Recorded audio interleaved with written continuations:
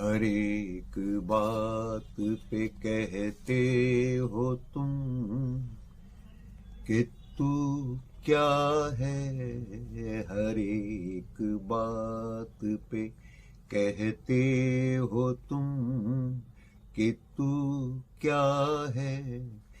तुम ही कहो कि ये अंदाज़े गुफ्तगू क्या है।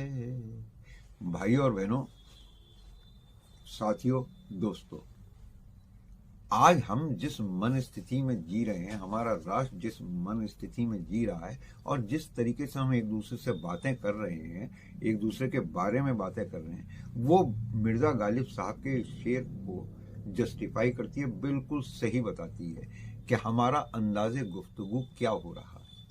अभी 26 जनवरी को भारत के गणतंत्र दिवस के 74वें अवसर पर अलीगढ़ मुस्लिम यूनिवर्सिटी में जो प्रोग्राम हुआ, उसके अंदर एक नारा लगा, नाराए तकबीर अल्लाहू अकबर। जो कुछ हुआ उसका एक वीडियो आप। छात्र है, वाहिदुज्जमान नाम है इसका, पश्चिम बंगाल का रहने वाला है।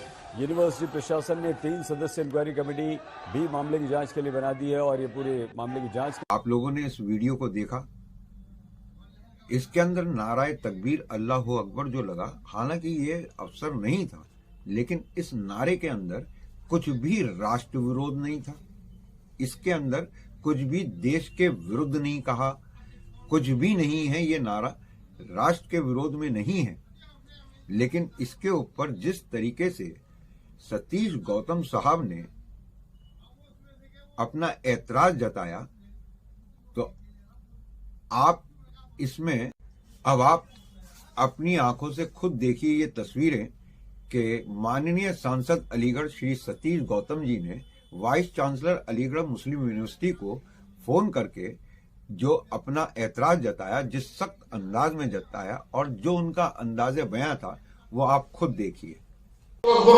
छात्र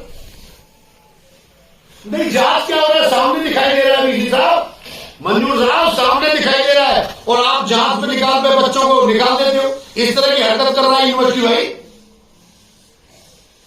नहीं, एक्शन नहीं सर, सस्पेंड कराइए तत्काल, सस्पेंड कराइए और अपने प्रोक्टर को बोलकर उसके खिलाफ एफआईआर कराइए। देश का माहौल खराब कर रहा है भाई। गणतंत्र दिवस के दिन यूनिवर्सिटी का कोई छात्र ऐसे कैसे बोल सकता है? उसमें जांच का विषय नहीं है। सामने छात्र दिखाई दे रहा है, उसकी पहचान है। आइडेंटिफाइंग तो मैं करके दे देता हूं आपको, बच्चों को बता, मैं बता देता हूं ये लड़का है। आप पे ना हो रहा हो तो मैं अपनी टीम भेज देता हूं प्रशासन की। आज कार्रवाई दिखाई दे बीसी साहब। हाँ, ठीक है, ओके। ये क्लिप भारत की संसद के अंदर भाजपा के सदस्यों के द्वारा जय श्री राम के नारे लगाए जाने की है। यूपी के इलेक्शन के बाद जब संसद बैठी तो प्रधानमंत्री नरेंद्र मोदी के प्रवेश करने पर भाजपा के सदस्यों ने जय श्री राम के नारे भारत की सेकुलर संसद के अंदर लगाए। उसमें सतीश गौतम साहब भी शामिल थे। तो उस दिन उसमें कुछ गलत उन्हें नजर नहीं आया, वो खुद उसमें कर रहे थे, नारे लगा रहे थे। लेकिन आज उनका 26 जनवरी के फंक्शन में जो एएमयू के अंदर हुआ, उसके ऊपर उनके शब्द क्या है, उनका कहने का तरीका क्या है, और वो इसे राष्ट्र का माहौल बिगाड़ने की साजिश बताते हैं। वो कहते हैं कि इसके ऊपर कार्रवाई की जानी चाहिए और जिन बच्चों ने इसको किया है वो उनको दंडित किया जाना चाहिए। अगर उनको दंडित किया जाना है 26 जनवरी के इस प्रोग्राम में नाराए तकबीर अल्लाहू अकबर लगाने के लिए, तो आप बताइए कि सतीश गौतम साहब और भारतीय जनता पार्टी के तमाम सांसद जो कि संसद के अंदर नारे लगा रहे थे जय श्री राम के, उनके ऊपर भारत के संविधान के तहत क्या कार्रवाई होनी चाहिए। अब आपको एक तीसरी क्लिप हम और दिखाते हैं।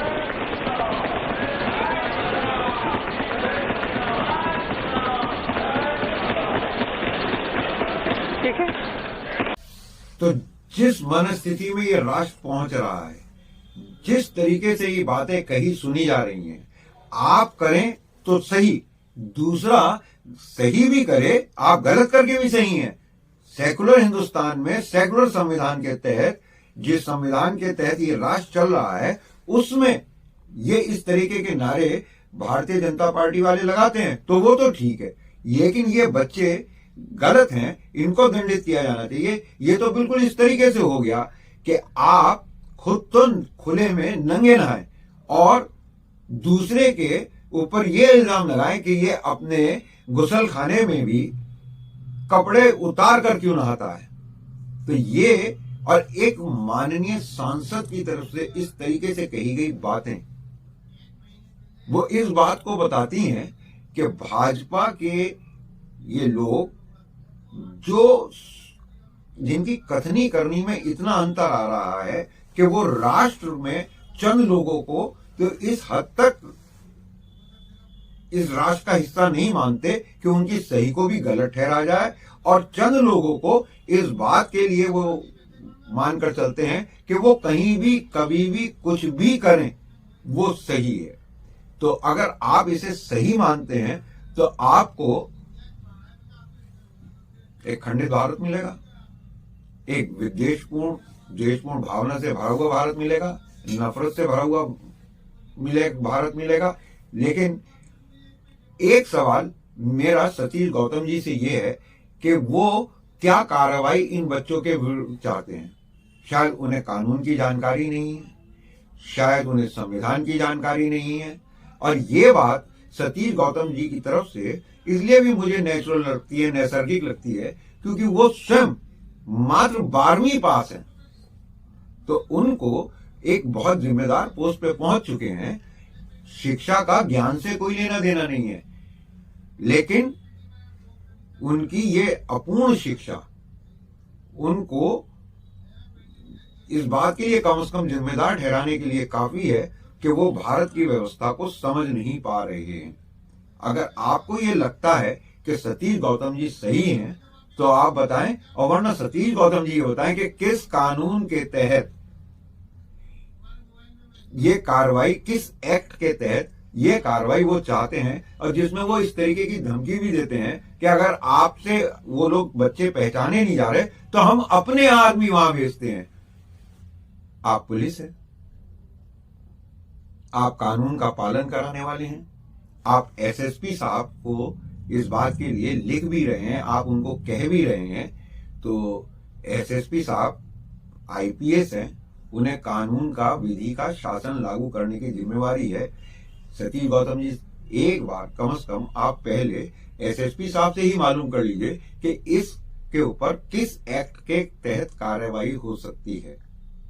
तो मेरा आपसे एक बार फिर प्रार्थना है कि आप इन छोटी छोटी बातों को इतना तूल ना दें, इन्हें नजरअंदाज करें। इनसे, उन बच्चों के नारे लगाने से राष्ट्र का माहौल बिगड़े ना बिगड़े, लेकिन आपके इस तरीके से बात करने से, इस तरीके के मुद्दे उठाने से राष्ट्र का माहौल जरूर बिगड़ता है, और शायद आप बिगाड़ना भी चाहते हो ध्रुवीकरण के लिए। तो भाइयों और बहनों, अगर आप हमारी बात से सहमत हैं तो कमेंट करके बताएं, शेयर करें इसे, और हमारे साथ जुड़ने के लिए हमें सब्सक्राइब करें, ताकि हम समय समय पर आपको ऐसी छोटी छोटी बातें जो बेवजह राई का पहाड़ बनाई जाती हैं उनके बारे में आपसे बातचीत कर सकें। जिए हिंदुस्तान, जय हिंद।